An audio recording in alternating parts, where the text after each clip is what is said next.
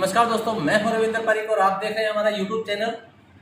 जैसा कि हमने पहले चर्चा की थी ट्रेडिंग अकाउंट की, प्रॉफिट एंड लॉस की, इसके पश्चात तीसरा अध्याय आता है हमारा बैलेंस शीट का। हम इस पर चर्चा करते हैं बैलेंस शीट किस तरह से बनाई जाती है और नया और पुराना व्यापारी किस तरह से बैलेंस शीट को बना सकता है। इसको आसानी से समझने के लिए हम कुछ शब्दों के साथ आपको बहुत ही आसानी से समझाने का प्रयास करते हैं। कृपया थोड़ा सा ध्यान दें दोस्तों। इस छोर को लायबिलिटीज कहा जाता है और इसे हम संपत्तियां असेट्स कहते हैं। लायबिलिटीज हमारे दायित्व होते हैं, हमारे फर्ज होते हैं, और संपत्तियां हमारे स्थायी संपत्तियां व नकदी, बैंक आदि करंट संपत्तियां यानी करंट असेट्स कहलाती हैं।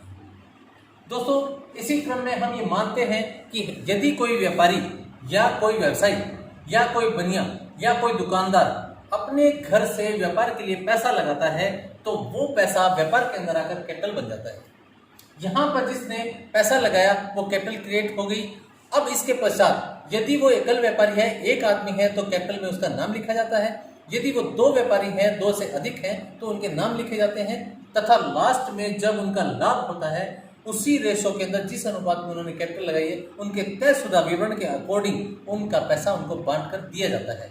इसे हम कैपिटल कहते हैं, पूंजी कहते हैं। कैपिटल पर यदि हम इंटरेस्ट लगाना चाहें तो इंटरेस्ट भी लगता है। इंटरेस्ट ऑन कैपिटल ये भी इस साइड में ही लिखा जाता है, इसी तरफ लिखा जाता है। यदि कोई व्यापारी व्यापार में पैसा लगाने के बाद पैसे से अपने घर पे कोई भी सामान उधार परचेज करके ले जाता है या फिर कोई वस्तु या पूंजी या पैसा या नकदी किसी भी प्रकार से अपने घर पे ले जाता है तो उसके लेखे जोखे यहाँ होते हैं, जिसको हम ड्राइंग कहते हैं। ड्राइंग यदि वो ले गया है तो उसको आहरण कहते हैं। आहरण यहाँ पे उसी कैपिटल में से लेस हो जाता है। जितनी पूंजी लाया था उसमें से शेष पूंजी उसकी वापस निकालने की मुद्रा में हम उसे लिखेंगे ड्राइंग कैपिटल में से लेस करेंगे। इसी क्रम में यदि वो ड्राइंग काफी टाइम से ले गया यानी निजी प्रयोग में काफी समय से ले गया तो उस पर जो इंटरेस्ट बनता है वो भी हम यहाँ से कैपिटल में से लेस करते हैं। इसी तरीके से यदि विविध लेनदार हैं, हमारे क्रेडिटर्स हैं, तो उनको भी हमने पैसा देना है। वो देनदारियां जितने भी हमारे देनदारियां हैं वो इस साइड में लिखे जाते हैं, जिनका हम रिस्पॉन्सिबल हैं, हम दायित्व और फर्ज रखते हैं। जो सरकार द्वारा हमें टैक्स या भुगतान करने हो, जो हमें प्रचुर मात्रा में चुकाने पड़ते हैं, जो सरकारी नियम हैं जिनको हमें चुकाना पड़ता है, वो इस दायित्व के फर्ज के दायरे में आते हैं, वो इधर लिखे जाते हैं। इसी क्रम में बिल्स पेबल है, जिन बिलों का भुगतान करना है, जिन बैंक अधिविकर्ष का भुगतान करना है, बैंक ओवरड्राफ्ट या कोई लोन का भुगतान करना है, या फिर सिक्योरिटीज का भुगतान करना है, या फिर विड्रॉल फंड का भुगतान करना है, जो भी हो वो इस साइड की मदद इसी साइड में लिखते हैं। जिनका हमारा एक फर्ज बनता है, एक दायित्व बनता है, वो इस साइड में लिखते हैं। इसे हम लायबिलिटीज कहते हैं। इन सब का योग यहाँ आता है। इसी क्रम में इसी चीज से, इसी कैपिटल से हम कैश कुछ बैंक में, कुछ हमारे स्थायी संपत्तियां क्रय करते हैं। उनका और इनका जोड़ आपस में इक्वल होता है। इसे हम बैलेंस शीट कहते हैं।